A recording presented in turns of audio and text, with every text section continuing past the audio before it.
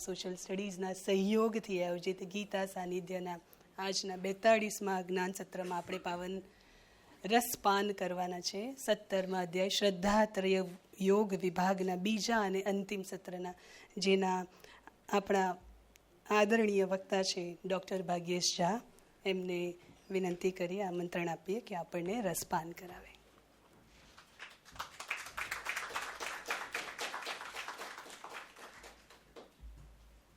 વાગર્થાવિવ સંપૃક્તૌ વાગર્થ પ્રતિપત્તયે જગત પિતરૌ વંદે પાર્વતી પરમેશ્વરો. બહુ સરસ શબ્દ વાપર્યો, રસપાન. કારણ કે આપણે આહારમાંથી જ છૂટા પડેલા, આહારની ચર્ચા કરતાં કરતાં. અને રસપાન શબ્દ સામાન્ય રીતે અમે સાહિત્યવાળા બહુ અધિકારપૂર્વક વાપરતા હોઈએ છીએ કે કવયઃ કુર્વંતિ કાવ્યાની રસમ જાનંતિ પંડિતા. તો બ્રહ્મ વિદ્યાના પુરુષો તો એવું કહે કે રસો વૈસહ, એ રસ એ જ બ્રહ્મ છે, જે રસ છે. ઘણી વખતે આપણે જમતા હોઈએ છીએ ત્યારે અહીંયા આપણે ગઈ વખતે વાત કરી હતી કે જમવા બેસીએ ત્યારે જાણે કે એક પૂજા કરવા બેઠા હોઈએ એ ભાવથી જો આપણે કરીએ તો, અને ઈશ્વરનું સ્મરણ તો એટલા માટે જ કરવું પડે કે 15મા અધ્યાયમાં આપણને ભગવાને જ કહ્યું કે અહમ વૈશ્વાનરો ભૂત્વા પ્રાણીનામ દેહમાશ્રિતઃ અને પચામ્યન્નમ ચતુર્વિધમ, 4 પ્રકારનું અનાજ હું જ પચાવું છું. આટલું ડિટેલ્ડમાં આપ્યા પછી આપણને આ જમવાનું, આપણે ગઈ વખતે બહુ સરસ ચર્ચા કરી.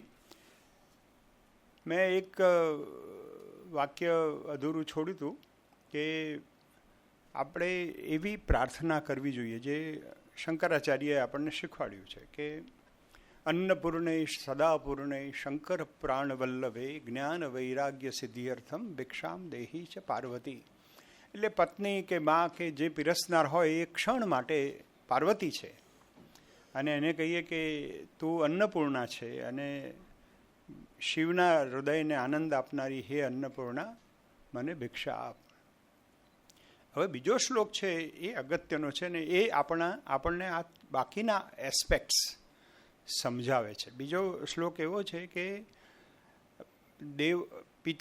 માતા ચ પાર્વતી યસ્ય પિતા દેવો મહેશ્વર બાંધવા શિવભક્તાશ્ચ વસનમ ભુવનત્રયમ.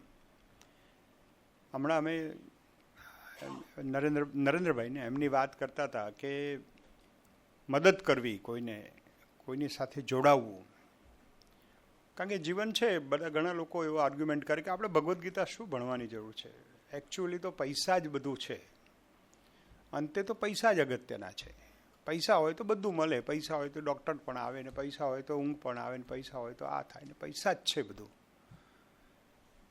એવું માની લઈએ અને માની લો કે બહુ જ પૈસા આવી ગયા, ઈશ્વરે તમને જેટલા જોઈએ એટલા પૈસા આપી દીધા, તમે ઈચ્છા કરો એનાથી ડબલ આપી દીધા, તો પણ તમને આ જમતી વખતે આ ભગવાનનું સ્વરૂપ છે અથવા આ આહાર છે એમાં ઈશ્વર છે એવો ભાવ તમે નહીં લાવી શકો. કારણ કે પૈસા આવશે ને એટલે acquisition will make you very arrogant, અથવા તમારો બહુ અહંકાર બહુ વધી જશે. આ પૈસા બીજી વસ્તુ પણ આપે છે, જે સત્તા પણ આપે છે, એ તમને આઇસોલેટ કરી દે છે. તમે એવું માનવા માંડો કે મારે આ જગતમાં કોઈની જરૂર નથી. એ અહંકાર તમને એક એવી સ્થિતિમાં લઈ જાય છે જ્યારે યુ સ્ટાર્ટ ફિલિંગ લોનલીનેસ. મેં બહુ મોટી ભીડમાં રહેતા લોકોની એકલતા જોઈ છે. એ એકલતા તમને મારી નાખે છે. એટલે how to gate connected with the world, આ ખાલી અધ્યાત્મશાસ્ત્ર નથી, આ આપણી દૈનંદિન હેન્ડબુક છે સારા માણસ બનવાની. એટલે મેં પહેલાં જ કહ્યું હતું કે ધીસ ઇઝ એ પ્યોરિફાયર.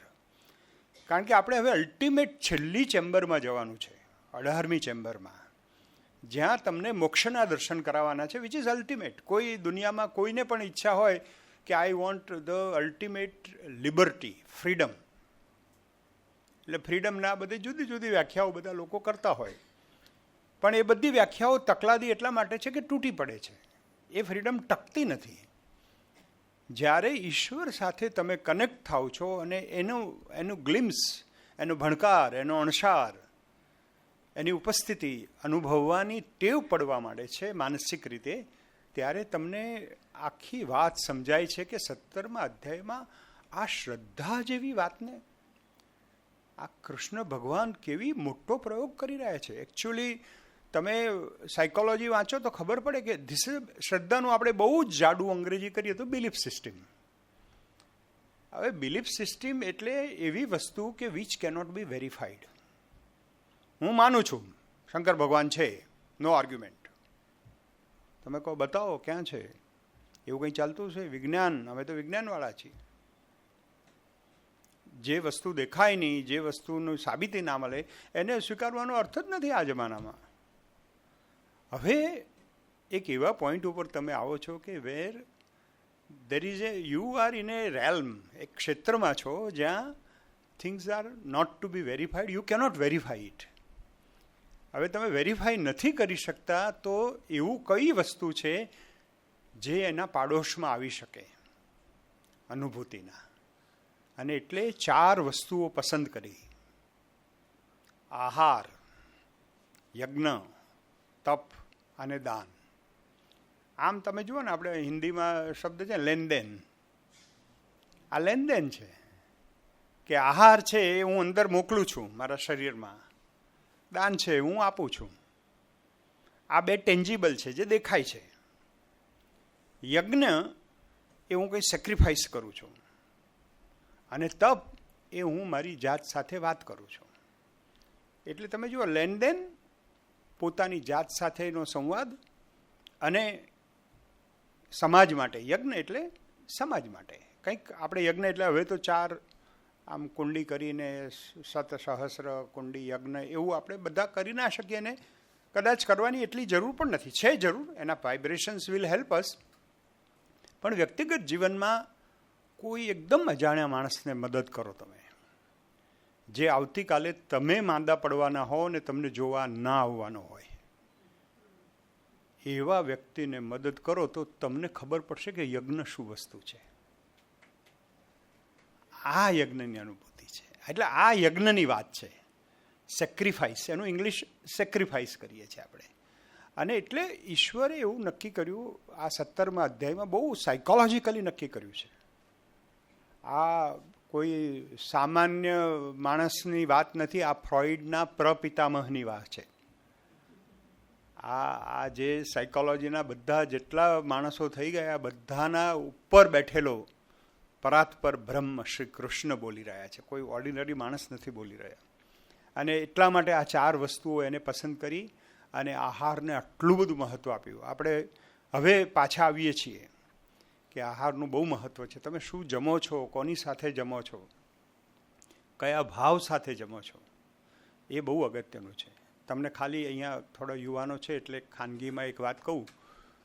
મારું લગ્ન જીવન સફળ થયું ને, એમાં મારા બાપાની એક શિખામણ મને બહુ કામમાં આવી. અમને એવી શિખામણ આપેલી કે જમવા બેસો એટલે પ્રસાદ તરીકે જમવાનું. હવે પ્રસાદ તરીકે જમો ને એટલે પ્રસાદમાં ભૂલ ના કરાય. બસ આટલું શીખશો ને તો ધન્ય થઈ જશો. પછી તમારી ભાષામાં તાકાત હોય ને વખાણ કરી શકો તો કરજો. આમાં કંજૂસ રહેવા જેવું નથી. કારણ કે પેલી બેન આટલું તમારા માટે આટલું સરસ બનાવે, મીઠું, આ તમને કેવી મજા કરાવે છે. આમ સબડકા વગર આપણે કહીએ ને ધબડકો ને આ ને તેને, તમે જુઓ કેટલું આમ હૃદયાહ સ્નિગ્ધાહ. આજે હું હવે ફરીથી એનું વર્ણન નથી કરું, પાછું તમને પાણી આવશે. પણ કેવું સરસ જમાડે છે. તો તમે એને થેન્ક યુ કોઈ દિવસ કહ્યું છે? કોઈ દિવસે તમારી વાઈફને તમે પીરસ્યું છે?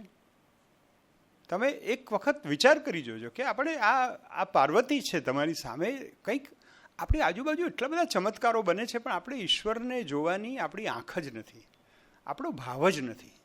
એટલે આ 17મો અધ્યાય આપણને એ શીખવાડે છે કે આપણે હવે આખી વાત બદલવાની છે. અને જુઓ, યાત યામમ ગતરસમ પૂતિ પર્યુષિતમ ચયત ઉચ્છિષ્ટમ અપિ ચામેદ્યમ ભોજનમ તામસમ પ્રિયમ. અમે હમણાં જ આવતા એક અંગ્રેજી આર્નોલ્ડનું ટ્રાન્સલેશન જોયું, સત્વ, રજસ અને તમસ. એનું ટ્રાન્સલેશન સરસ કર્યું છે. સત્વ એટલે ટ્રુ, રાજસિક એટલે પેશન સ્ટેઇન્ડ, પેશોનેટ છીએ આપણે બધા. એટલે મેં કહ્યું કે આપણે બધા મોટે ભાગે રાજસિક કેટેગરીમાં છીએ, પણ તામસિકથી નજીક છીએ. સાત્વિકથી નજીક છીએ, કારણ કે આપણને ગીતા ભણવાની ઈચ્છા થઈ છે. જ્યારે અનેક લોકો તમસથી નજીક હોય છે અથવા સરકી જાય છે. જો તમે ધ્યાન ના રાખો તો તમે રોજે રોજ સરકી જઈ શકો. બધા કહે સાહેબ અમે તો એક વખત ભગવદ્ ગીતા ભણી લીધી, હવે કંઈ.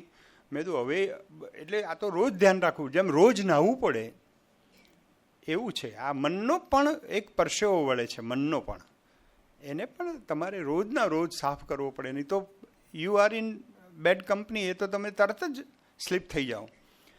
તો તમે જોશો કે બધામાં ઈશ્વર અફલાકાંક્ષી બનાવવા માટેની તમને તૈયારીઓ કરે છે, કે ફળની આશા ના રાખે. એ 4થા અધ્યાયથી ને 2જા અધ્યાયથી ને 1લા અધ્યાયથી જ આમ તો તમે જુઓ તો બધામાં આ જ. એટલે ગાંધીજીએ બહુ સચોટ રીતે એવું કહ્યું કે ભગવદ્ ગીતા એ અનાસક્તિ યોગ છે. આ અનાસક્તિ યોગનું શાસ્ત્ર છે, જ્યાં તમને એટેચમેન્ટ ઓછા થતા જાય દુનિયાના. યજ્ઞ પણ એમ જ કહે છે કે અફલાકાંક્ષીભિર યજ્ઞો વિધિ દૃષ્ટો યજ્યતે યષ્ટવ્યમ એવ ઇતિ મનઃ સમાધાય સસાત્વિક. આ યજ્ઞ કોણ કરે છે? તો સાત્વિક યજ્ઞ. મેં હમણાં કહ્યું એમ આ આપણે નાના મોટા યજ્ઞ કરતા જ રહીએ છીએ. 4થા અધ્યાયમાં 28મા શ્લોકમાં આપણે જોયું હતું કે બધા જાત જાતના યજ્ઞો છે. આપણે જપ યજ્ઞ છે, દ્રવ્ય યજ્ઞ છે, સેવા યજ્ઞ છે, જ્ઞાન યજ્ઞ છે. આપણે બધા જે યજ્ઞ કરીએ છીએ નાના મોટા, સ્વાધ્યાય યજ્ઞ છે, જેમાં તમારો સ્વાર્થ ન હોય એ બધી પ્રક્રિયાને તમે યજ્ઞની કક્ષાએ લઈ જઈ શકો. માનસિક રીતે એકદમ ઇન્વોલ્વ થઈને મિકેનિકલી કરતા હો તો તમને મજા નહીં આવે. કારણ કે કથા, હમણાં જ અમે વાત કરતા હતા કે પૂજ્ય બાપુની કથા ત્યાં ચાલે, એટલે પેલા મજૂર જે કામ કરતો હોય એ તો રોજિયું રડવા આવ્યો હોય, પણ જો એક ભાવ લાવી શકે કે હું બધા માટે કામ કરું છું, હું બીજા માટે કામ કરું છું, અને પછી એમાં જો તમારો એવો પણ ભાવ આવે કે આ મારું નથી. યજ્ઞમાં એક મંત્ર અચૂક બોલાવે છે, ઇદમ ન મમ સ્વાહા. આ મારું નથી માટે સ્વાહા. આ મારું નથી, આ ભાવ આવે તો યજ્ઞ, કોઈ પણ ક્રિયાને યજ્ઞમાં કન્વર્ટ કરી શકાય. અફલાકાંક્ષી, મારે કશું જોઈતું નથી આમાંથી. આમાંથી કોઈ ફળ મળે એવી મને આશા નથી. આશા નથી એટલે પેલા ભાઈ તમારા બોસ બહુ ખરાબ હોય તો એવું થાય કે આ સાહેબ આગળ મારે કોઈ આશા નથી. પણ તમે મનમાં એવું રાખો કે મારે જ અપેક્ષા જ નથી, મેં એ સ્વિચ જ પાડી દીધી છે. હું તો કામ કરવાનો, મારે તો આ યજ્ઞ જ કરવો છે. વિધિ દ્રષ્ટો યજ્યતે, જે યષ્ટવ્યમ, આ મારે કરવું જોઈએ, એવા ભાવથી જે વ્યક્તિ કરે છે એ સાત્વિક છે. આ સેવા યજ્ઞ, અત્યારે અમે હમણાં જ વાત કરતા હતા, આપણે ત્યાં બહુ જ સેવા યજ્ઞો થાય છે. જપ યજ્ઞ પણ ઘણા લોકો કરે છે. જપમાં તો વ્યક્તિગત રીતે એટલો બધો ફાયદો થાય છે તમને, કારણ કે તમારું કોન્સન્ટ્રેશન વધે છે, તમને બીજા વિચાર ન આવે. તમે એક માળા કરતા હો તો બીજો વિચાર ન આવી શકે, તો એ આદર્શ સ્થિતિ છે, અને એ જપ યજ્ઞની કક્ષાએ પહોંચી શકે જો તમે કરતા હો. હવે જે બાકીના લોકો છે, આમ તમે જુઓ કે આ યજ્ઞ, તપ અને દાન, આ ત્રણેયમાં વ્યાસ મુનિએ એવી જાદુ કર્યો છે કે યજ્ઞ માટે 3 શ્લોક, દાન માટે 3 શ્લોક, પણ તપ માટે 6 શ્લોક.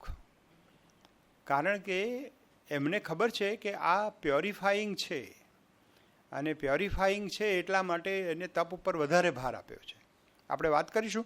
પણ રાજસિક યજ્ઞ કેવો હોય તો અભિસંધાયતુ ફલમ, ઈચ્છીને કંઈ અભિસંધાન, આ મારે આવું કરવું છે, મારે આમ મેળવવું છે.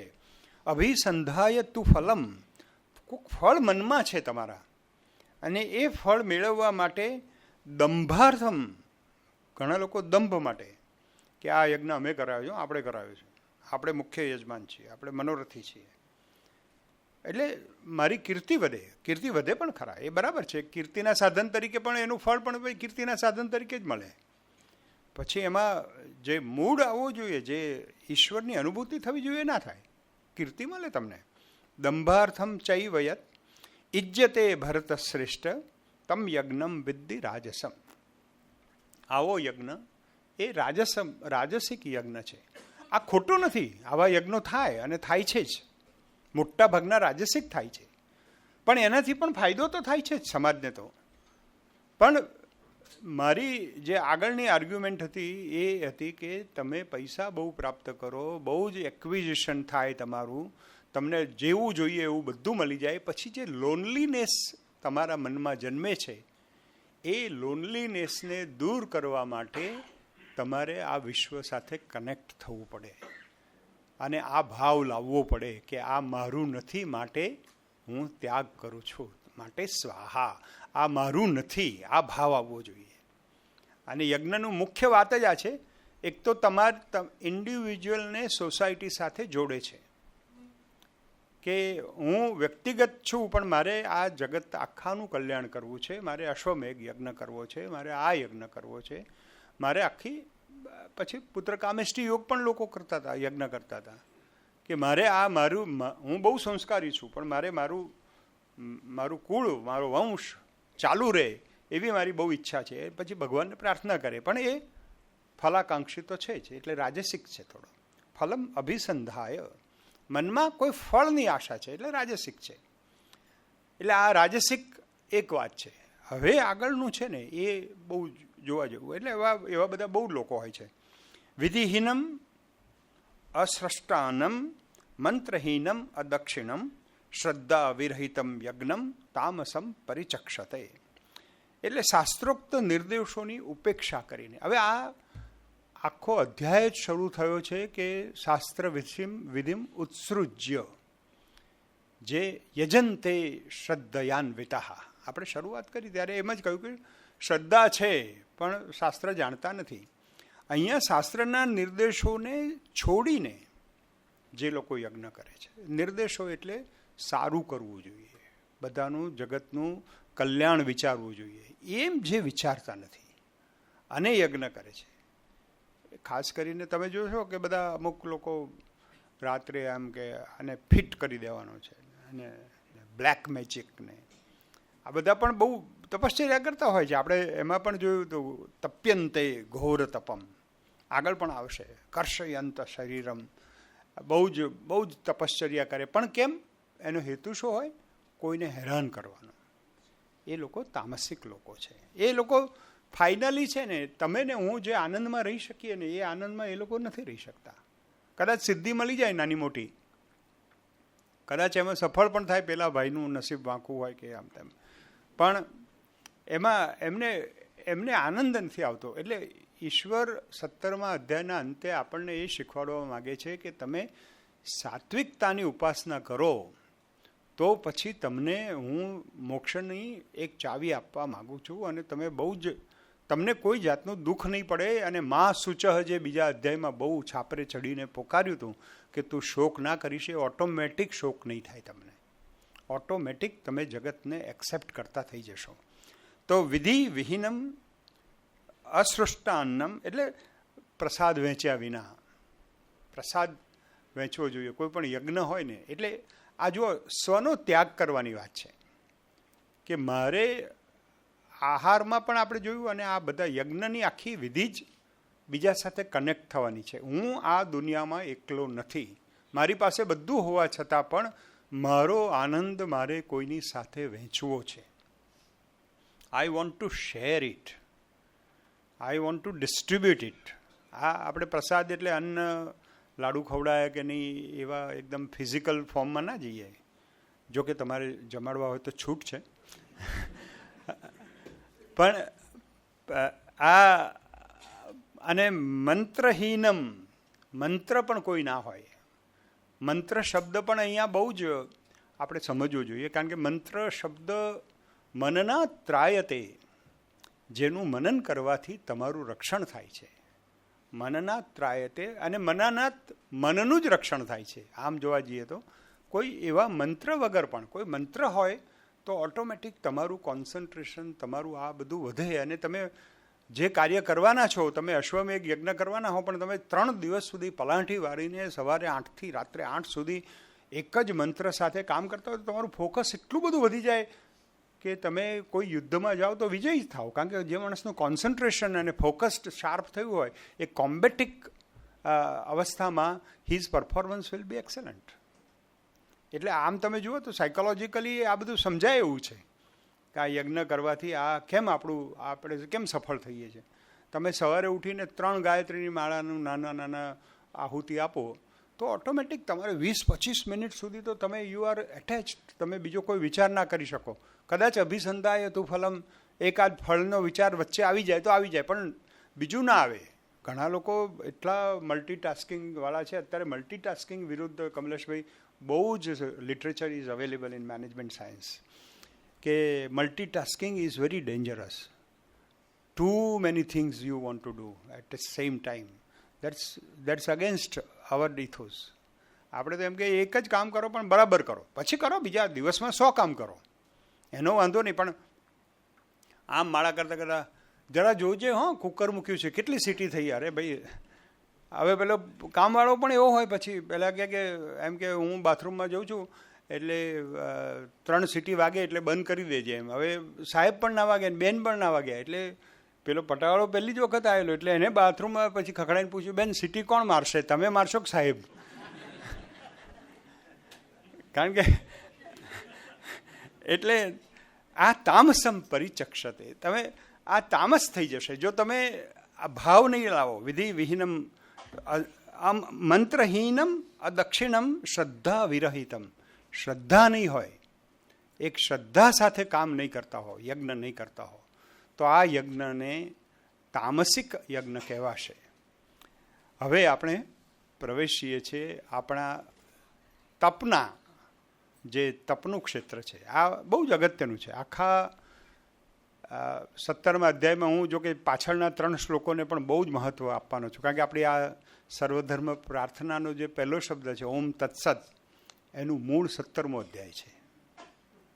આપણે હમણાં જોઈશું. તો એ તો બહુ ગોલ્ડન 3 પ્રિન્સિપલ્સ છે. તો it is one of the best part of Bhagavad Gita. પણ આ તપ 3 પ્રકારનું છે એ આપણે જાણી લેવું પડે. અને ભગવાને અહીં આ તપમાં તમે જુઓ તો શરીર, વાંગ્મય અને માનસ, આ 3ની ટ્રીટમેન્ટ આપવા માટે તપ કરવાનું કહ્યું છે. એટલે પહેલાં આમ ચડતા ક્રમમાં, ઉતરતા ક્રમમાં જોઈએ તો પહેલાં શરીર એટલે જે સ્થૂળ અન્નમય કોષ છે, પછી વાંગ્મય એ આ વાણી છે, અને ત્રીજું મન છે.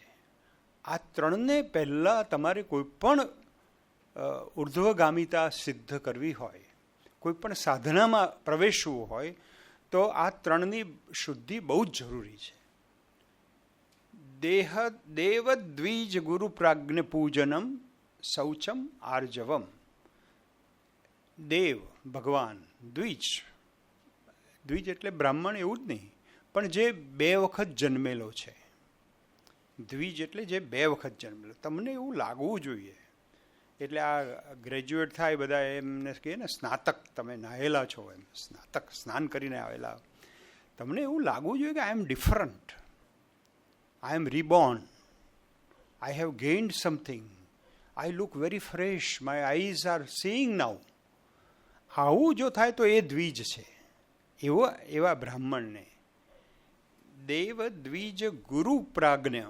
ગુરુ, આ ગુરુની આપણે ગુરુ પૂર્ણિમાથી તો શરૂ કર્યું હતું કે વેસ્ટર્ન સાયકોલોજી એવું કે સત્તા, સંપત્તિ અને સેક્સ, આ 3ને કારણે જ મનુષ્યના સંબંધો વિકસે. ભારતે કહ્યું કે નહીં, weight, there is a 4th dimension and 4th dimension is ગુરુ. જ્યાં કોઈ સત્તા નથી, સંપત્તિ નથી, સેક્સ નથી, અને તેમ છતાંય સંબંધ છે, કારણ કે અધ્યાત્મ છે, સ્પિરિચ્યુઆલિટી છે. આ ભારતની ડેન છે. આ ભારત કહે છે કે 4th ડાયમેન્શન છે, અને આ 4th ડાયમેન્શન એ ગુરુનું છે. એટલે ગુરુ પ્રાજ્ઞ, કોઈ માણસ બહુ બુદ્ધિશાળી હોય, તેજસ્વી હોય, નોબેલ પ્રાઇઝ વિનર હોય, આઇન્સ્ટાઈન હોય, એ આપણા માટે ઋષિ જ છે. એમાં કંઈ ઋષિ એટલે કંઈ કપડાં બદલીને દાઢી વધારીને આવે એવું કંઈ જરૂરી નથી. પ્રાજ્ઞા એટલે પ્રાજ્ઞા. ગમ્મતની વાત કરું તો પ્રજ્ઞા એ બુદ્ધિથી જરા જુદી વસ્તુ છે. આપણે બુદ્ધિશાળી હોઈએ છીએ પણ પ્રજ્ઞાશીલ ના પણ હોઈએ. ઉમાશંકર જોશીને 60 વર્ષ થયા ત્યારે એ બેઠા હતા અને એમને મશ્કરી કરવા માટે ચીનુ મોદી ને લાભશંકર ઠાકર બે આવ્યા અને એમને કહ્યું કે સાહેબ અમે પેલીને જતી જોઈ એમ. એટલે ઉમાશંકરે કીધું હા પેલીને જતી જોઈ પણ પેલીને આવતા જોઈ, એ પણ આવી છે પાછળથી. એટલે પેલા તો મશ્કરી કરવાના હતા ગુરુની, એટલે કે તમે શું સમજ્યા સાહેબ, એટલે કે તમે શું કહેવા માંગતા, એટલે કે 60 બુદ્ધિ ને 8 એમ. એટલે અમે બહાર ઊભા હતા ને તમારી બુદ્ધિ બહાર નીકળતી હતી, અમે જોઈએ. એટલે ઉમાશંકર જોયું, ઉમાશંકર જોશીએ કહ્યું કે એ વાત તારી સાચી છે કે બુદ્ધિ ગઈ પણ પ્રજ્ઞા આવી. કારણ કે આ પ્રાજ્ઞ પુરુષ જેની બુદ્ધિ એકદમ જે પરાવિદ્યા છે એની સાથે જોડાયેલી છે, એવા પ્રાજ્ઞ પુરુષ જે અનનોનને ખોલી રહ્યા છે, જે અનનોન એરિયામાં પોતાના બુદ્ધિમત્તાથી એનું આકાશ ખેડી રહ્યા છે, એવા લોકો, એવા પ્રાજ્ઞ પુરુષ, એ બધાનું પૂજન કરવું, એમનું પૂજન કરવું એ એક પ્રકારનું શારીરિક તપ છે. તમે કોઈને પગે લાગો છો એટલા માટે લાગો છો કે તમે એના જ્ઞાનને પગે લાગો છો. તમે વિચાર કરો, મારી એક નાનકડું રિસર્ચ છે, આપણા બધા આસનો છે ને એ તમે જોશો તો બધામાં લોહી મગજમાં પહોંચે એના માટેના પ્રયોગો છે. તમે બધા આસનો જોજો. એક શવાસન સિવાય બધું પાછું માણસના ક્યાંય નામ જ નથી. કુક્કુટાસન ને ભુજંગાસન ને બધા પ્રાણીઓના જ છે, કારણ કે આપણે પ્રાણીઓ પાસેથી આ બધું શીખ્યા છીએ. એટલે તમે એવી રીતે તમારું શરીર નમાવો અથવા ફેરવો અથવા એવી રીતે પોસ્ચર કરો જેથી તમારા મગજમાં લોહી પહોંચે. હવે તમે આપણા જૂના શિક્ષકો યાદ કરો જે આપણને અંગૂઠા પકડાવતા હતા. એમ કે અંગૂઠા પકડશે તો આ નમૂનામાં કોઈ કરતાં લોહી જાય છે, અને જો લોહી જશે તો કદાચ સુધરી જાય. એટલે આ આપણું સમજવા જેવી વાત છે કે આપણા બધા જૂના શિક્ષકો કંઈ બધા બહુ વિચાર કરીને વાત કરેલી. તો આ દેવ દ્વિજ ગુરુ પ્રાજ્ઞ પૂજનમ, આવું પૂજન કરવું એ શારીરિક તપ છે. એટલે આપણે પગે લાગીએ તો આપણને નમ્રતા આવે છે તો બરાબર, પણ થોડું લોહીનો ધક્કો પણ મગજ તરફ જાય છે અને થોડી નમ્રતા પણ આવે છે કે તમારી પાસે વધુ જ્ઞાન છે, તમે કંઈક આપો. શૌચમ આર્જવમ, પવિત્રતા, ચોખ્ખાઈ, એ પણ શરીરનું એક તપ છે. સરસ રીતે નાહવું, મજા કરવી, ગાવું, નાતા નાતા ગાવું, નાતા નાતા સારા વિચારો આવે. બધા બહુ જ ગુરુઓ જુદી જુદી શિક્ષા આપે છે કે જ્ઞાતિ વખતે આવા શ્લોક બોલવા જોઈએ, આવું કરવું જોઈએ. આર્જવમ, નમ્રતા. બ્રહ્મચર્યમ, અહિંસા ચ. બ્રહ્મચર્યમ એટલે સેલિબસી એટલું જ નહીં કે રતિ સુખ કે સ્ત્રી સંગ એનો એબ્સન્સ, એ જ બ્રહ્મચર્ય નથી. બ્રહ્મચર્યની બહુ જ મોટી વ્યાખ્યા છે. આમાં તમે રજનીશથી માંડીને ગાંધીજી સુધી ને ફ્રોઈડથી માંડીને બધાને વાંચશો, પણ આપણું બ્રહ્મચર્ય છે એ બ્રહ્મસૂત્રમાં અને પરયા વિદ્યા, અપરા અને પરાવિદ્યાની જે વ્યાખ્યા છે એમાં એ છે કે જે બ્રહ્મનું ચિંતન કરે. બ્રહ્મચર્યા એટલે હું બ્રહ્મનું ચિંતન કરું છું, હું એ તત્વનું ઉપાસના કરી રહ્યો છું. એ તત્વની ઉપાસના કરવા માટે મારું મન બીજે ક્યાંય ના જાય, એટલે હું અનાજનો, સ્ત્રીનો, આ બધાનો ત્યાગ કરી રહ્યો છું. પેલા તત્વની ઉપાસના કરવા, જો પેલા તત્વની ઉપાસના કરવાની ના હોય અને સેલિબસી હોય તો એ બ્રહ્મચર્ય નથી. આવી વ્યાખ્યા અનેક લોકોએ કરી છે અને એમાં હું મારી સહી કરું છું. એ ગુણવંત શાહે પણ કરી છે અને ઓશોએ પણ કરી છે જુદી રીતે. બધાએ જુદી જુદી રીતે બ્રહ્મચર્ય ઉપર બહુ ચર્ચા કરી છે. અને એટલા માટે અહીં શારીરિક તપ તરીકે લેવાનું છે. આ શારીરિક કર્ષયંતમ નથી, શરીરને દબાવવા માટે નથી. પણ જ્યારે નેચરલી તમને એમ થાય કે ના, હવે મારે તો આ છે, મારે I want to concentrate on that, ઓમ તત્, એ તત્ની સાથે મારે જોડાવું છે, માટે હું બ્રહ્મચર્ય કરીશ. બ્રહ્મચર્યમ અહિંસા. અહિંસા પણ તમે હવે એમાં તો આજે તો હિંસા કેટલી બધી છે દુનિયામાં. લોકો વગર કારણે એકબીજાને મારવા માટે બહાર પડ્યા છે. એમને તો આ કોણ સાંભળશે આ અહિંસા? મને યાદ આવે છે કે એક વખત હું પર્યુષણમાં વ્યાખ્યાન આપવા ગયેલો તો એક બેન કહે, સાહેબ તમે મને મિચ્છામી દુક્કડમ કહો, હું તમને મિચ્છામી દુક્કડમ કહું, એનો શું અર્થ? આપણે તો એકબીજાને કોઈ દિવસ હિંસા કરવાના જ નથી. પણ મેં, બેન તમે તોય મને મિચ્છામી દુક્કડમ કહેજો ને, હું પણ કહીશ એટલા માટે કે કોઈ શબ્દ છે ને એનો વિનાશ નથી. આ દુનિયામાં 35 વખત પૃથ્વીનો વિનાશ કરી શકાય એવા સંસાધનો, એવા હાઇડ્રોજન બોમ્બ છે. પણ તમે ને હું ક્યાંક મિચ્છામી દુક્કડમ બોલ્યા છીએ, એ ક્યાંક હવામાં સ્થિર થયું છે ને, એ પેલાને ટ્રિગર ઉપર હાથ મૂકતા અટકાવે છે. એ મારી અહિંસાની આરાધના, મારી ક્ષમા કરવાની તાકાત. મિચ્છામી, તમારું દુઃખ ઓછું થાવ, તમે મને ખમાવો, મારી કંઈ ભૂલ થઈ ગઈ હોય તો માફ કરો. આ તાકાત છે ક્ષમામાં. રઘુવંશમાં તો બધું આપણે બહુ જોવાનું છે, એટલે હું રઘુવંશના રાજાઓની વર્ણન કર્યું છે ત્યારે એમ કે છે કે જ્ઞાને મૌનમ ક્ષમા શક્તૌ ત્યાગે શ્લાઘા વિપર્યય. કાલિદાસ કહે છે કે આ રાજાઓ કેવા છે રઘુવંશના, કે જ્ઞાને મૌનમ, જેવું જ્ઞાન આવે એટલે મૌન થઈ જાય છે. ક્ષમા શક્તૌ, બહુ જ શક્તિશાળી થઈ જાય ને, દરેકને ક્ષમા આપી દે. અને ક્ષમા આપવા સિવાય એનો કોઈ બીજો ધર્મ જ ના રહ્યો હોય.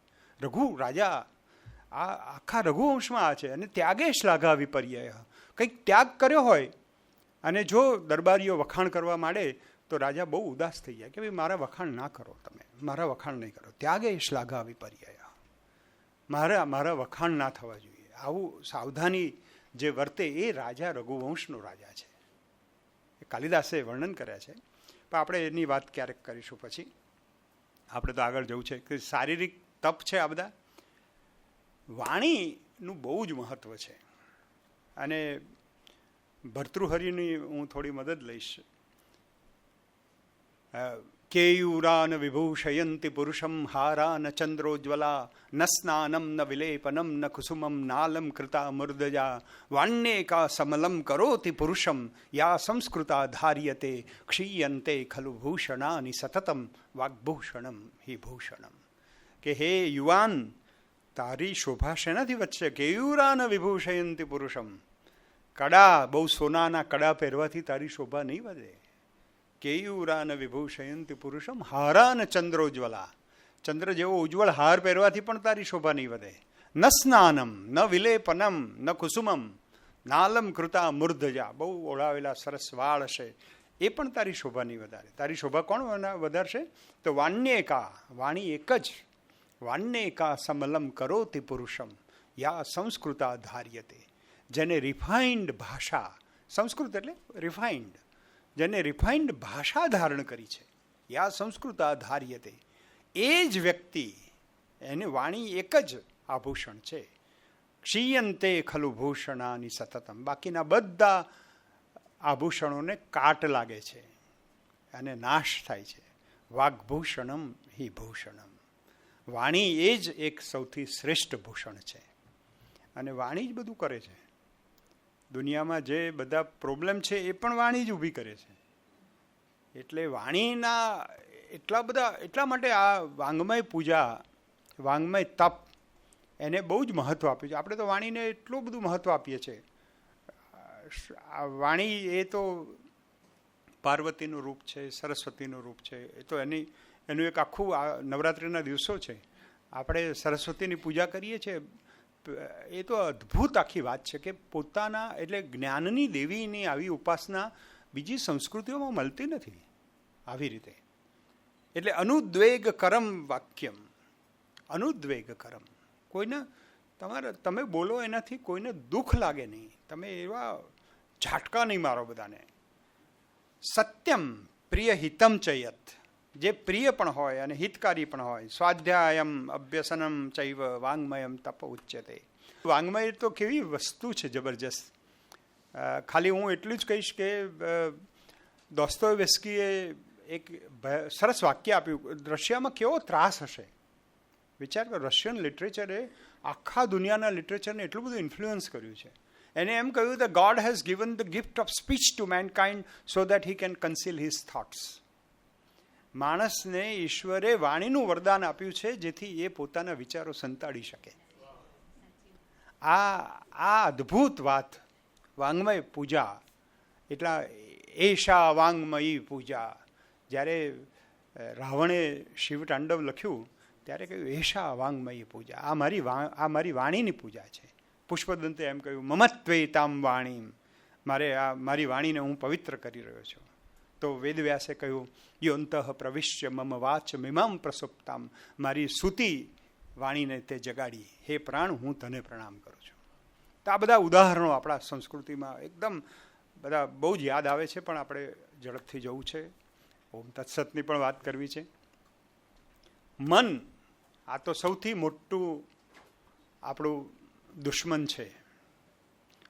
આપણા શરીરમાં જો કોઈ એક અંગ આપણું દુશ્મન હોય તો એ મન છે. અને જો એને તમે જીતી લો, મને ફરીથી પર્યુષણ યાદ આવે છે કે તમે સાહેબ આ ભગવદ્ ગીતાની વાત કરવાના છો અહીંયા પર્યુષણમાં, કે એ તો યુદ્ધની છે પુસ્તક, હવે એની અહીંયા તમે જૈનોમાં આવીને આવી રીતે વાત કરો, કેવું લાગે તમને, શોભે છે? મેં કીધું મને જ શોભે જ છે, અને હું જવાબ માઇક ઉપરથી આપીશ બેન. મેં તો આપણો નવકાર મંત્ર છે ને, એનો પહેલો જ મંત્ર છે ઓમ અરિહંતાણમ, જેમને પોતાના દુશ્મનને હણી નાખ્યા છે. તમારો દુશ્મન અંદર જ બેઠો છે, કોઈ બહાર છે જ નહીં. આવું 2-3 વખત કીધું એટલે કે તમારી વાત બિલકુલ સાહેબ સાચી છે, મારી વાઈફ જ મારી દુશ્મન છે, મારી જોડે જ રહે છે. કે હું બધે બહાર શોધતો હતો, પણ જોકે વાઈફ પણ એવું જ કહે છે કે સાહેબ મને મારા પ્રોફેસરે કહેલું કે હું મેડિકલમાં ભણતી હતી ત્યારે કહેતા હતા કે તું એવી અલ્લડ છે ને, તને કોઈ મૂર્ખ હશે એ જ પરણશે, કે આ પરણ્યો છે મને. એટલે આ મન આપણું એવું છે, મનઃ પ્રસાદ સૌમ્યત્વમ. એટલે મારી મારું હાસ્ય પણ અત્યારે હું એટલું ડેવલપ કરી રહ્યો, વિનોદ ભટ્ટનો વિદ્યાર્થી છું, એટલે એ તો બહુ સ્વાભાવિક જ છે, અને હસવું તો પડે જ.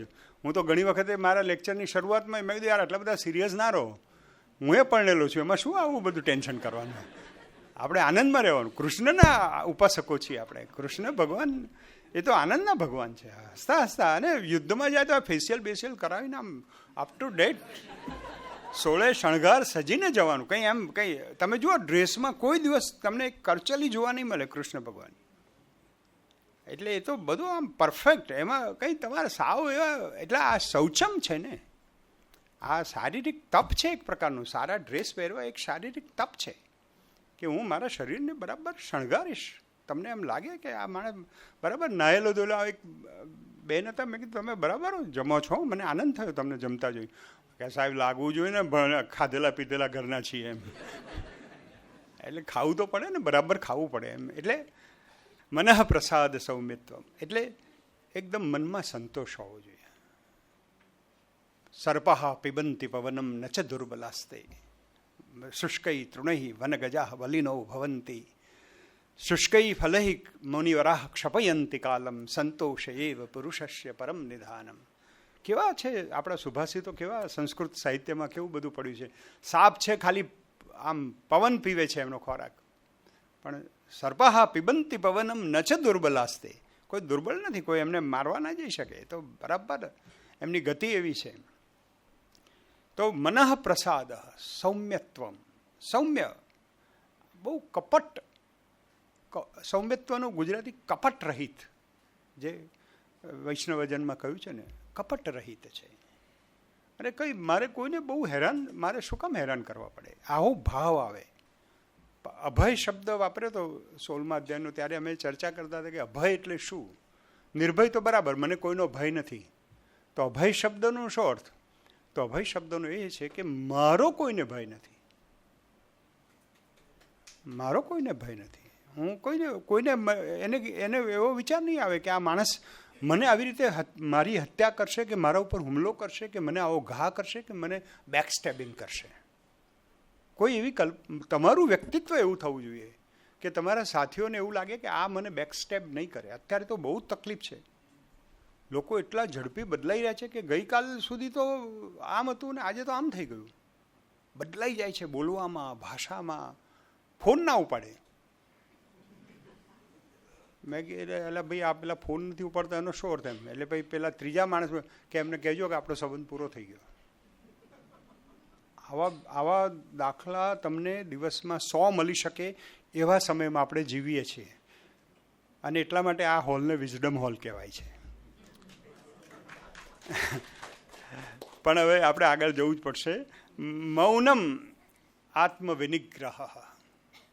જે મૌન રહી શકે, મનથી મૌન રહી શકે. આત્મવિનિગ્રહ, આત્માને પણ વિનિગ્રહ, દબાવીને નહીં. આજે તો ઉપવાસ છે, આજે તો આમ છે, હવે કાલની વાત કાલ સવાર પડવા દો, એવું નહીં. ભાવ સંસિદ્ધિ, ભાવની શુદ્ધતા હોય. મને કોઈ દિવસ આવો કુભાવ ના આવે. હું ભગવદ્ ગીતાનો વિદ્યાર્થી છું, મને ખરાબ વિચાર જ મને ખરાબ ભાવ જ ના આવે. તમે આવું કેમ વિચારો છો? મને આવો વિચાર જ નથી આવ્યો. ભાવ સંશુદ્ધિ, ભાવની શુદ્ધિ પણ એકદમ આપણે રાખી શકીએ. આ રીતે જેને મનને કેળવણી આપી છે, મનની કેળવણી, હમણાં શિક્ષણ અને કેળવણીની અમે વાત કરતા હતા. મનની કેળવણી એ બહુ જ રોજે રોજ આપવી પડે. હું સહેજ ઝડપથી જોઉં છું, આ શ્લોકમાં પણ આપણે બહુ જ સમય ગાળી શકીએ, પણ મનની કેળવણી જે આપી શકે છે એ મનનું એક તપ છે. પછી કહે છે કે સાત્વિક તપ હોય, રાજસિક તપ હોય અને તામસિક તપ હોય. શ્રદ્ધયા પરયા તપ્તમ તપસ્તપ ત્રિવિધમ નરૈહિ અફલાકાંક્ષીભિર્યુક્તૈ સાત્વિકમ પરિચક્ષતે. જે ફળની આશા રાખ્યા સિવાય બીજાને દિવ્ય કંઈક પરયા તપ્તમ, અને પરાની, પરા બુદ્ધિની, પરા શ્રદ્ધાની, પરા તત્વની જે ચિંતન કરતા કરતા કામ કરે છે એ લોકો, અને કોઈ ફળની આશા વગર તપ કરે છે, એ બધા સાત્વિક તપસ્વીઓ છે. સત્કારમ માન પૂજાર્થમ તપોદંભેન ચૈવ યત ક્રિયતે તદિહ પ્રોક્તમ રાજસમ ચલમ ધ્રુવમ. આપણા લોકો, આપણે બધા આપણા જેવા સામાન્ય લોકો જે તપ કરે છે એમાં સત્કાર માન પૂજાર્થમ, મારો સત્કાર થાય, મારી પૂજા થાય, મારું આમ થાય, એના માટે જે તપ કરે છે એ રાજસિક પ્રકારના તપસ્વીઓ છે. ક્રિયતે તદિહમ પ્રોક્તમ, એટલે આવી રીતે જે કરે છે એ લોકો રાજસિક તપવાળા છે. અને મૂઢગ્રાહેણ આત્માનો યત પીડયા ક્રિયતે તપઃ, જે કોઈને પીડા આપવા માટે તપ કરે છે કે હું આટલું કરું તો હું આ પછી રાવણ, હિરણ્યકશ્યપુ, આ બધા બહુ તપસ્વી હતા, પણ એમની ઈચ્છા શું? મારે બીજાને હેરાન કરવા છે, સાબિત કરવું છે કે હું આઈ એમ સમથિંગ. આપણે તો હવે તો આ હિરણ્યકશ્યપુ કે આ બધું કંઈ જોવાની જ જરૂર નથી. કોઈ ઓટીટી પ્લેટફોર્મમાં પિક્ચર જોવા બેસો તોય તમને બધા દેખાય છે કે ડોન બધા આ જ છે. બધા એ લોકોને તામસિક તામસિક તામસિક, તમે જુઓ પેલાને આમ કરી દો ને પેલાને આમ કરી દો ને, એ આ બધા મૂઢગ્રાહેણ મૂર્ખ લોકો છે. અને એવા પ્રયત્નોથી હું બધાને પીડા આપું અથવા હું મારો વટ પડી જાય, મારી આણ વર્તાય, એ આ બધા છે.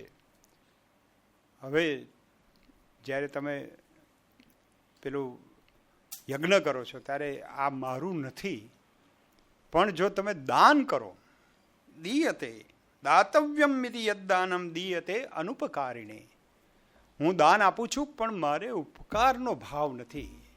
તમે એવું યાદ રાખો કે અમને મને મદદ કરી છે એવા કારણથી હું નથી કરતો. દેશે કાલે ચ પાત્રે ચ, આ 3 ક્રાઇટેરિયા છે. દેશે, કયા વિસ્તારમાં, કોને, પાત્રે અને કાલે, એ કયા સમયમાં છે. માણસ બહુ તકલીફમાં હોય અને તમે એને રાત્રે જઈને મદદ કરી આવો. આપણા ત્યાં તો એટલી બધી સ્ટોરીઝ છે ફ્રેન્ડ્સની, સગાઓની, દાતાઓની. કર્ણની, કર્ણ તો કેવો છે, કર્ણ મારો મને બહુ પ્રિય પાત્ર છે કર્ણ. આ તૂટે, મારી એક ગઝલ છે એક જ પંક્તિની, એક જ શેરની, કે આ તૂટેલી ડાલ ઉપર એક લીલું પર્ણ છું. આ તૂટેલી ડાળ ઉપર એક લીલું પર્ણ છું. જીર્ણ શીર્ણ છું છતાંય અંગરાજ કર્ણ છું. હું કર્ણ છું.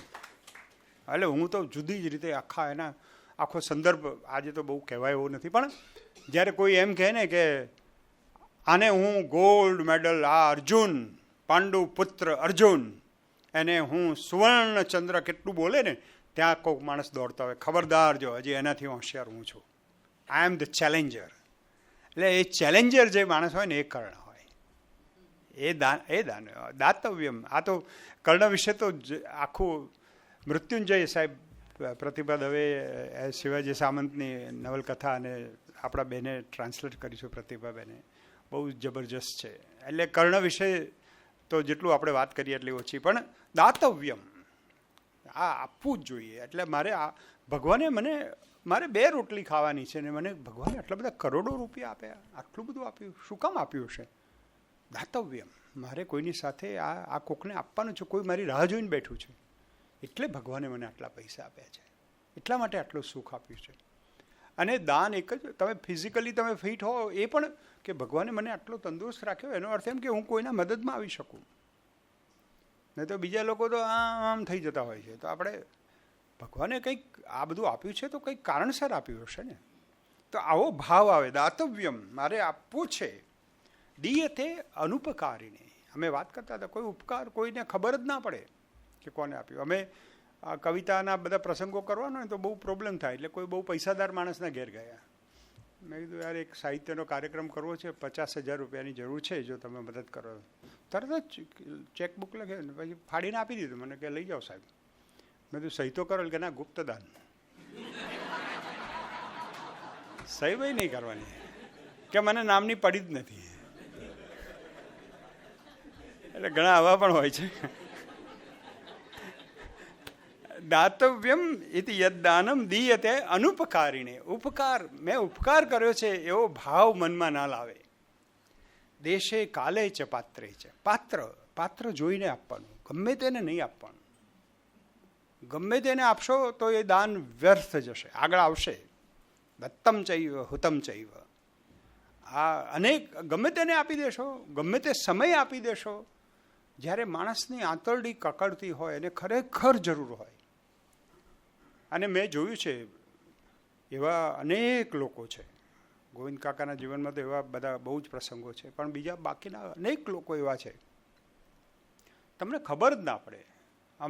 હું એક નાનકડું જ ઉદાહરણ એક અડધી મિનિટમાં બહુ જ ટૂંકમાં કહીશ. સવારે 4 વાગે, કેન યુ ઇમેજિન કે ઉત્તર ગુજરાતના એક નાનકડા ગામમાં એક શિક્ષક અનાજની ગુણો લઈ અને બધા ગરીબોના ઘેર આપી આવે. અજવાળું થતાં પહેલાં કોઈને ખબર જ ના પડે કોને આપ્યું છે, ખબર જ ના પડે. આને આવા યજ્ઞો તો કેટલા બધા ચાલે છે. હું કલેક્ટર હતો નડિયાદમાં, તો પેલા બધા ચાલતા જાય ડાકોર, તો હું ને ડીએસપી નીકળ્યા તો એક કેમ્પ જબરજસ્ત, ને છોકરા ને છોકરીઓ બધી ઊભેલી અને બધું ચારે બાજુ બાંધેલું. મેં ડીએસપીને કહ્યું કંઈ થોડું ડાઉટફુલ છે, આ છોકરા છોકરીઓ છે, આપણે જરા નજર કરીએ એમ. મને કે ચાલો સાહેબ ઉતરીએ. કેન યુ બિલીવ, અમે ગયા, મને ત્યારથી આ પેઢી માટે બહુ કૃષ્ણ માન થઈ ગયું કે એ છોકરાઓ યંગ બધા પેલા જે ચાલતા જતા હોય ને યાત્રાળુઓના પગ દબાવતા હતા. જેને પગ દબાવતા હતા ને છોકરાઓ, યંગ છોકરા છોકરીઓ, એમને ખબર નહોતી કે કોણ પગ દબાવે છે. અને જે સેવા કરતા હતા એમને પણ ખબર નહોતી કે આ કોણ છે, આ માણસો કોણ છે, કોઈને ખબર નથી. કે કાકા થાકી ગયા છો, આવો પગ દબાવી આપીએ, તમને માલિશ કરી આપીએ. ચાલતા ચાલતા ડાકોર જતા હોય કે અમે એમની સેવા કરીએ છીએ સાહેબ.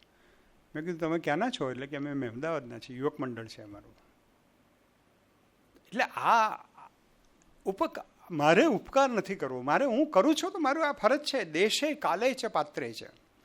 યત્તુ પ્રત્યુપકારાર્થમ ફલમ ઉદ્દેશ્ય વા પુનઃ દીયતે છે પરિક્લિષ્ટમ તદ્દાનમ રાજસમ શ્રુતમ. પણ જે બદલાની ભાવનાથી દાન કરે છે, કેટલાકને આપણે હવે આ જમાનો છે એટલે બધાને એમ હોય કે ભાઈ તકતી લાગવી જોઈએ, આ થવું જોઈએ, બદલા આમ મારી કીર્તિ લોકેશના આ બધું થવું જોઈએ. તો એ રાજસિક દાન છે. દાન તો છે પણ રાજસિક છે. રાજસિક ઓછું ઈચ્છનીય છે, પેલું બહુ ઈચ્છનીય છે. પણ રાજસિક પણ સાવ એટલે ખરાબ નથી, પણ પેલું છે ને અદેશ કાલે યદ્દાનમ પાત્રેભ્ય દીયતે અસત્કૃતમ અવજ્ઞાતમ તત્તામ તામસમ સ્મૃતમ. જ્યારે તામસિક લોકો છે એ તો અશુદ્ધ હેતુ માટે, પાડી દેવા માટે, રાયોટ કરાવવા માટે, લોકોને ડ્રગમાં ચડાવી દેવા માટે, કે એને રવાડે ચડાવી દો. આટલા આ દેશના, આ રાજ્યના આટલા યુવાનોને 20,000 યુવાનોનો ટાર્ગેટ આપી દો, બધા આપણી દવા ખાય અને થઈ જાય ને આપણે પૈસા કમાઈ લઈએ. આ બધા તામસિક લોકો છે. અપવિત્ર જગ્યાએ, અનુચિત સમયે, કુપાત્ર માણસને અને પૂરતું ધ્યાન કે આદર આપ્યા સિવાય ઘણી વખત શું, હા ચાલો આમ વ્યંગમાં કે ને આયા છે તો આપી દો ને કંઈક, ચાલો હવે એમ, હા ભાઈ આયા છે તો દર વખત યાર આવો છો તમે, હવે બંધ કરો, હવે બસ બહુ થયું, તમારે તો નિશાળ ચલાવવાની હોય, અમારે શું કરવાનું. આવી રીતે આદર આપ્યા વગર, આમ કુચેષ્ટાથી, ઉપેક્ષાથી આવી રીતે જે કરે એ દાન તામસિક દાન છે. અને હવે જે શ્લોકો આવે છે અદ્ભુત, ઓમ તત્સદ ઇતિ નિર્દેશો. ઓમ તત્સદ આપણે પ્રાર્થના કરીને હમણાં, ઓમ તત્સદ શ્રી નારાયણ તું પુરુષોત્તમ ગુરુ તું સિદ્ધ બુદ્ધ તું સ્કંદ વિનાયક. તો ઓમ તત્સદ ઇતિ નિર્દેશો.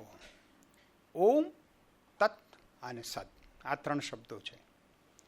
આ 3 શબ્દો આપણા જીવનમાં આપણે વણી લેવાના. તમે ભગવાનને પૂછો કે તમે કોનું નામ દેવાનું, તો કે આ ઓમ તત્સત. ઓમ એટલે એ પહેલો ઉચ્ચાર છે. જે લોકો પતંજલિનું યોગ વશિષ્ઠને આપણે બધા આમ તમે આપણે ઓમકાર તો ઇવન બાબા રામદેવે પણ જે શીખવાડ્યું છે એના કરતાં પણ સહેજ જો ચક્ર ધ્યાનમ કરતા હો ને, તો મૂલાધારથી શરૂ કરી અને અનાહત સુધી આવે ત્યાં તમને ઉ કરી દેવાનું, અને પછી વિશુદ્ધિથી અહીં આજ્ઞાર્થ સુધી આવતા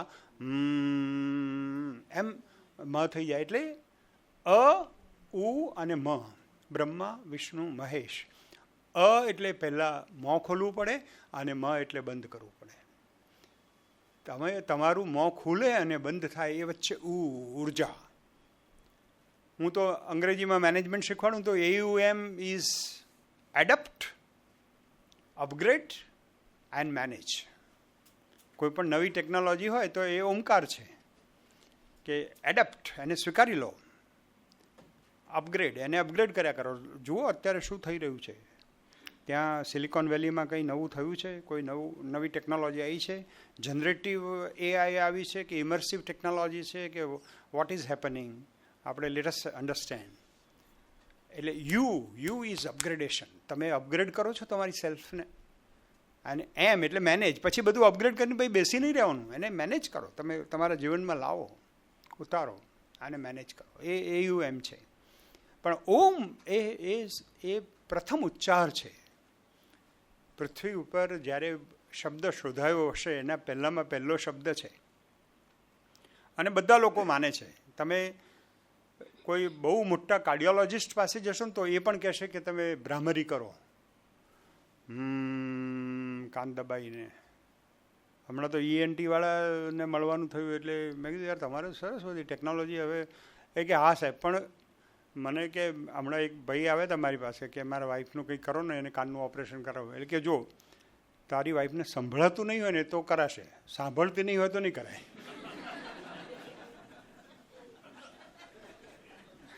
એટલે કે એક મશીન હોય કાન, એને હું દવા કરી શકું, પણ if it is connected to mind than there is a problem.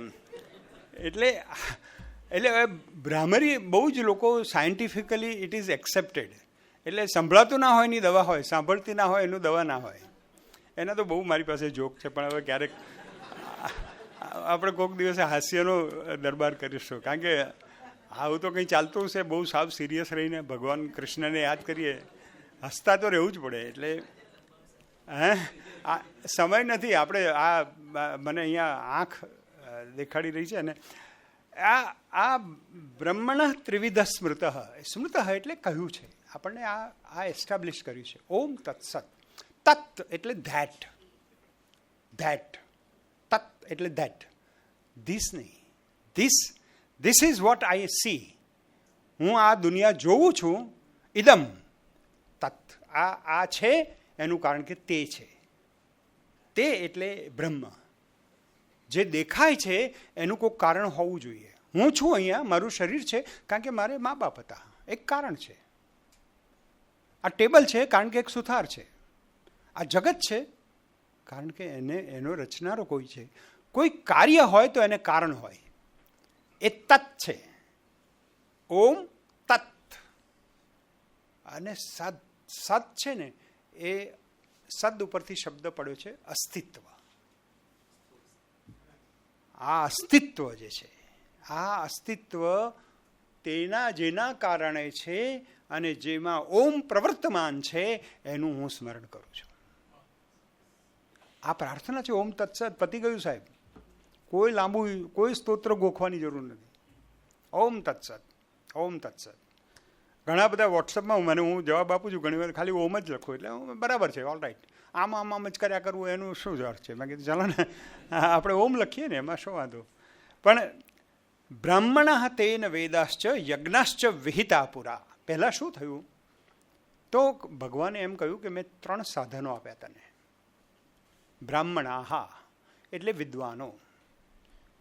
એમને આપણે પ્રણામ કરવા જોઈએ સાહેબ. એમને કેટલા લાખો શ્લોકો લખવાનું શોધાયું નહોતું. ગુટનબર્ગ હજી તો જન્મ્યો નહોતો ત્યારે પોતાના શિષ્યોને શીખવાડીને આજે આપણી સામે આપણી સાથે સાચવી રાખ્યા. એ બ્રાહ્મણો વેદાહા, જેમાં આ બધું જ્ઞાન સચવાયેલું છે.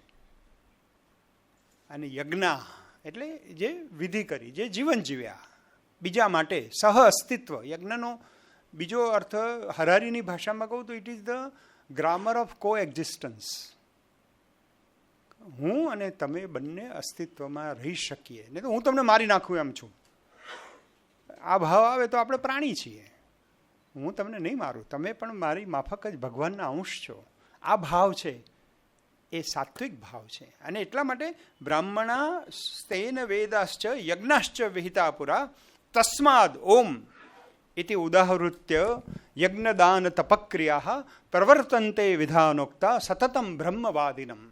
આ જે બ્રહ્મવાદી લોકો છે, જે સતત બ્રહ્મની ચિંતન કર્યા કરે છે, જે સાત્વિક લોકો છે, એ ઓમ, દરેક વસ્તુમાં ઓમ ઇતિ ઉદાહૃત્ય યજ્ઞદાન તપક્રિયા. યજ્ઞ, દાન, તપ, જમે, આહાર, આ બધામાં ઓમથી પોતાના જીવનની શરૂઆત કરે છે.